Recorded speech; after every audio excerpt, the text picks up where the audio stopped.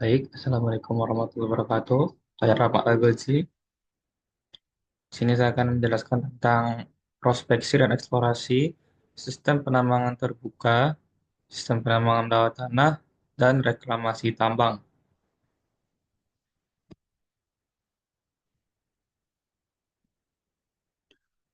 Pertama yaitu prospeksi dan eksplorasi.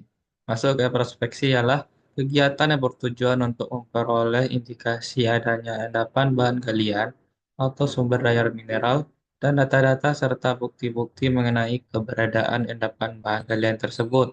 Lokasinya dapat dipetakan. Menurut Undang-Undang Nomor 11 Tahun 1967 tentang Ketentuan Pokok Pertambangan pada Pasal 2 disebutkan bahwa penyelidikan umum adalah penyelidikan secara geologi umum atau geofisika di daratan, perairan, dan dari udara, segala sesuatu dengan maksud untuk membuat peta geologi umum. Jadi prospeksi adalah tahapan pertama dalam melakukan aktivitas pertambangan. Selanjutkan yang kedua itu eksplorasi. Eksplorasi adalah segala kegiatan yang bertujuan untuk memperoleh bukti nyata untuk dapat memastikan keberadaan endapan bahan galian tersebut secara meyakinkan. Jadi tindak lanjut dari prospeksi itu eksplorasi untuk meyakinkan apakah endapan bahan galian itu nyata atau tidak. Menurut Undang-Undang Nomor 11 Tahun 1967, Pasal 2 disebutkan bahwa eksplorasi adalah segala penyelidikan geologi pertambangan untuk menetapkan lebih teliti atau seksama adanya sifat dan letakan bahan galian. Metode yang biasa dipakai untuk prospeksi yang pertama adalah dengan sumur uji atau test pit, di mana untuk mendapatkan bukti mengenai adanya endapan bahan galian di bawah tanah atau yang belum tersingkap. Untuk mengambil contoh batuan atau rock sample, sumur uji biasanya digali dengan cara dilatih dengan alat sederhana seperti cangkul, gayung, skop, dengki, dan lain-lain. Bentuk penampang sumur uji dapat berbentuk persegi panjang, persegi, bulat, atau elips tidak sempurna.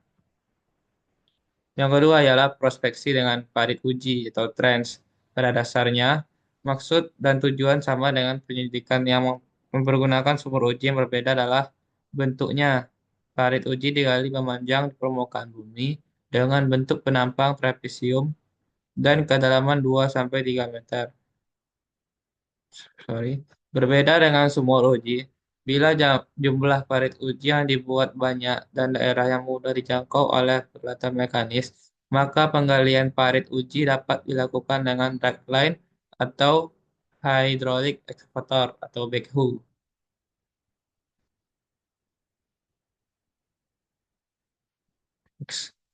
Yang ketiga adalah prospeksi dengan metode geofisika. Metode geofisika dipakai sebagai alat untuk menemukan adanya perbedaan yang disebabkan oleh adanya endapan bahan galian yang tersembunyi di bawah permukaan bumi. Pada umumnya, endapan bahan galian yang tersembunyi di bawah permukaan bumi itu memiliki satu atau lebih sifat-sifat fisik yang berbeda dari sifat fisik batuan di sekelilingnya, sehingga perbedaannya itu dapat dicatat atau diukur dengan peralatan geofisika. Yang keempat ialah prospeksi dengan metode geokimia. Metode geokimia dipergunakan untuk merekam perubahan-perubahan komposisi kimia sangat kecil, yaitu dalam ukuran part per million atau ppm. Pada dasarnya, semua endapan bahan galian pada saat terbentuk akan merembeskan sebagian kecil unsur kimia atau logam yang dikandungnya ke lapisan batuan di sekelilingnya. Eh, Tadi membahas metode prospeksi, sekarang metode eksplorasi. Dibagi dua. Yang pertama yaitu eksplorasi langsung, yang dimana adalah metode yang berhubungan langsung dengan kondisi permukaan atau bawah permukaan terhadap endapan yang dicari. Beberapa metode eksplorasi langsung sebagai berikut ada pemetaan geologi, tracing flood, paritan dan sumur uji, sampling serta pemboran eksplorasi. Adapun eksplorasi yang tidak langsung ialah suatu metode eksplorasi yang tidak berhubungan langsung dengan kondisi permukaan atau bawah permukaan terhadap endapan yang dicari, namun melalui anomali-anomali yang diperoleh dari hasil pengamatan atau pengukuran dengan memanfaatkan sifat-sifat fisik atau kimia dari endapan. Beberapa metode eksplorasi tidak langsung adalah seperti penginderaan jarak jauh, eksplorasi geokimia, dan geofisika. Masuk ke penambangan terbuka. Penambangan terbuka merupakan jenis eksploitasi barang tambang dengan cara membongkar lapisan tanah atau batuan. Tujuannya untuk bisa mengambil suatu jenis bahan galian karena lokasinya dekat dengan permukaan bumi. Yang dapat saya tangkap, kenapa dilakukan penambangan terbuka? Karena endapannya itu dekat dengan permukaan pertama, terus mungkin kalau ada track dipnya itu tidak lebih besar dari 70 derajat ke atas, sehingga ekonomis untuk dilakukan tambang terbuka. Terlebih lagi, resiko tambang terbuka tidak berbahaya dibandingkan tambang bawah tanah. Berikut contoh penambangan terbuka, gambarnya sebelah kanan. Adapun metode penambangan terbuka yang pertama adalah open pit mining. Open pit mining dijadikan dengan bentuk tambang berupa corong atau kerucut terbalik permukaan bumi serta tanah penutup dikupas dan diangkut ke suatu daerah pembuangan yang tidak ada endapan ekonomis di bawahnya. Yang kedua ialah quarry. Quarry adalah jenis tambang terbuka yang diterapkan untuk menambang endapan bahan galian industri seperti atau mineral industri, misalnya batu gamping, marmer, an- granit, andesit, dan sebagainya. Kuari ini seperti tambang yang bahan galiannya keras. Auger mining ialah sebuah metode penambangan yang berhadapan dengan dinding yang tinggi atau penambangan singkapan, outcrop recovery.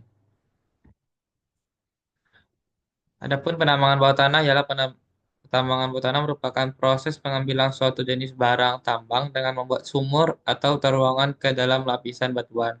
Hal ini dilakukan karena lokasi barang tambang jauh di perut bumi, sehingga perlu dilakukan penambangan tertutup. Seperti yang saya bilang tadi, sehingga apabila endapannya jauh di dasar di dalam tanah atau dalam bawah tanah itu tidak ekonomis untuk dilakukan penambangan terbuka, maka dilakukan penambangan bawah tanah. Adapun keunggulan beserta kelemahannya, keunggulannya adalah pertama tidak terpengaruh cuaca karena bekerja di bawah permukaan tanah.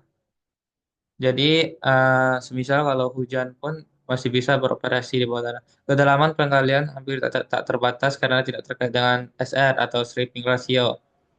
Walaupun stripping rasionya gimana? Bijinya lebih sedikit daripada OB, itu tuh tidak berpengaruh karena kita tidak mengupas OB.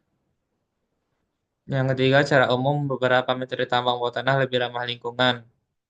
Misalnya ada metode cut and fill, screen crack stopping atau stop, ada stop and pillar. Betul. Adapun nanti kalau yang saya tahu penambangan itu di dekat hutan lindung untuk gimana ya? Kalau kita membuat tambang bawah tanah, otomatis pohon-pohon yang di permukaan tidak terganggu dan fauna-fauna pun hidup dengan aman. Yang keempat, atau yang D, dapat menambang deposit dengan model tidak beraturan, penggalian dapat ditemukan dengan tiling dan waste. Dan kelemahannya yaitu yang pertama perlu penerangan. Betul, karena di bawah tanah gelap sehingga membutuhkan lampu. Yang ke B, semakin dalam penggalian maka resiko ambruknya semakin besar. Yang saya tangkap semakin dalam itu otomatis tekanan semakin kuat, apalagi ketemu litologi lapisan batuan yang lemah, sehingga itu menimbulkan potensi longsor yang besar. Yang ke C, produksi relatif lebih kecil dibandingkan tambang terbuka. Yang mana kita tahu seperti metode room and pillar, yang di mana pilarnya atau tiangnya itu terdiri dari endapan berharga tersebut, tetapi tidak ditambang. Kalau ditambang, maka dapat menimbulkan longsor tadi. Yang D yaitu problem ventilasi, ya seperti angin yang masuk dan angin keluar. Itu yang kita tahu, semakin kita menggali terlalu dalam, oksigen menipis.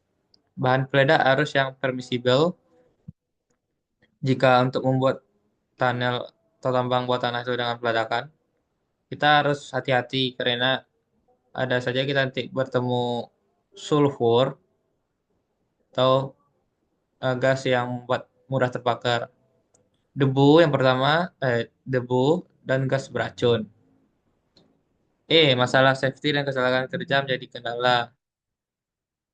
Ya, untuk tambang bawah tanah sendiri, safety-nya lebih banyak daripada tambang terbuka pastinya. Dan kecelakaan kerjanya ini, namanya resiko kerjanya itu juga tinggi untuk tambang bawah tanah. Yang ke F, mining recovery umumnya lebih kecil. G, loss and dilusi umumnya lebih susah dikontrol.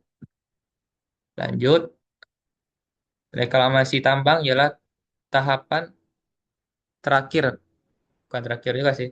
Dalam setiap penambangan harus ada reklamasi. Reklamasi adalah kegiatan yang dilakukan sepanjang tahapan usaha pertambangan untuk menata, memulihkan, dan memperbaiki kualitas lingkungan dan ekosistem agar dapat berfungsi kembali sesuai peruntukannya. Kegiatan pasca tambang adalah kegiatan terencana, sistematis, dan berlanjut setelah akhir sebagian atau seluruh kegiatan usaha pertambangan untuk memulihkan fungsi lingkungan alam dan fungsi sosial menurut kondisi lokal di seluruh wilayah pertambangan. Adapun pelaksanaan reklamasi sebagaimana disebutkan dalam Undang-Undang Nomor 4 Tahun 2009 tentang mineral dan batu bara, di mana setiap perusahaan pengelolaan tambang wajib melakukan reklamasi. Nah, ini yang menjadi poin utama. Setiap tambang itu wajib melakukan reklamasi. Diwajibkan menyetorkan dana jaminan reklamasi dalam bentuk deposito ke bank pemerintah yang ditunjuk dan menyetor dana jaminan ke bank pemerintah yang ditunjuk. Hal ini sebagaimana diatur dalam Peraturan Pemerintah Nomor 78 Tahun 2010 tentang reklamasi dan pasca tambang, Pasal 29 Ayat 1, yang menjelaskan bahwa pemegang IUP atau izin usaha pertambangan dan IUPK wajib menyediakan jaminan reklamasi dan jaminan pasca tambang. Kemudian pada ayat yang kedua, menjelaskan bahwa jaminan reklamasi sebagaimana dimaksud pada tahap ayat satu, pada ayat satu terdiri dari jaminan reklamasi tahap eksplorasi dan jaminan reklamasi tahap operasi produksi. Ada juga Undang-Undang Nomor 4 Tahun 2009 tentang pertambangan Minerba mewajibkan perusahaan pertambangan untuk melakukan reklamasi dan kegiatan bersih tambang atas area tambang yang diusahakannya. Pelaksanaan reklamasi wajib dilakukan pada lahan yang terganggu akibat pertambangan. Lahan tersebut baik berada pada bekas tambang maupun lahan di luar bekas tambang yang tidak digunakan lagi. Lahan di luar bekas tambang meliputi yang pertama timbunan tanah penutup, yang kedua timbunan bahan baku atau produksi, yang ketiga jalan transportasi, yang keempat pabrik atau instalasi, yang kelima kantor dan perumahan, dan yang keenam atau terakhir yaitu pelabuhan atau dermaga. Kesimpulan yang dapat saya ambil dari beberapa pemaparan materi tadi, yang pertama ialah pertambangan adalah sebagian atau seluruh tahapan kegiatan dalam rangka penelitian, pengelolaan, dan pengusahaan mineral atau batu bara, yang meliputi penyelidikan umum, eksplorasi, studi kelayakan, konstruksi, penambangan, pengolahan dan pemurnian, pengangkutan dan penjualan, serta kegiatan pasca tambang. Yang kedua, prospeksi adalah kegiatan yang bertujuan untuk memperoleh indikasi adanya endapan bahan galian atau sumber daya mineral dan data-data serta bukti-bukti mengenai keberadaan endapan bahan galian tersebut, lokasinya dapat dipetakan. Yang ketiga, eksplorasi adalah tahapan kegiatan usaha pertambangan untuk memperoleh informasi secara terperinci dan teliti tentang lokasi, bentuk, dimensi, sebaran, kualitas, dan sumber daya terukur dari bahan galian, serta informasi mengenai lingkungan sosial dan lingkungan hidup. Yang keempat, penambangan dapat dibedakan menjadi tiga bagian, yaitu penambangan terbuka, bawah tanah, dan bawah laut. Yang terakhir, atau yang kelima, reklamasi adalah kegiatan yang dilakukan sepanjang tahapan usaha pertambangan untuk menata, memulihkan, dan memperbaiki kualitas lingkungan dan ekosistem agar dapat berfungsi kembali sesuai peruntukannya. Sekian, hanya bisa hanya itu yang bisa saya sampaikan. Bila ada salah kata, mohon dimaafkan atau ada yang kurang, mohon dikoreksi. Sekian. Saya tutup dengan wassalamualaikum warahmatullahi wabarakatuh.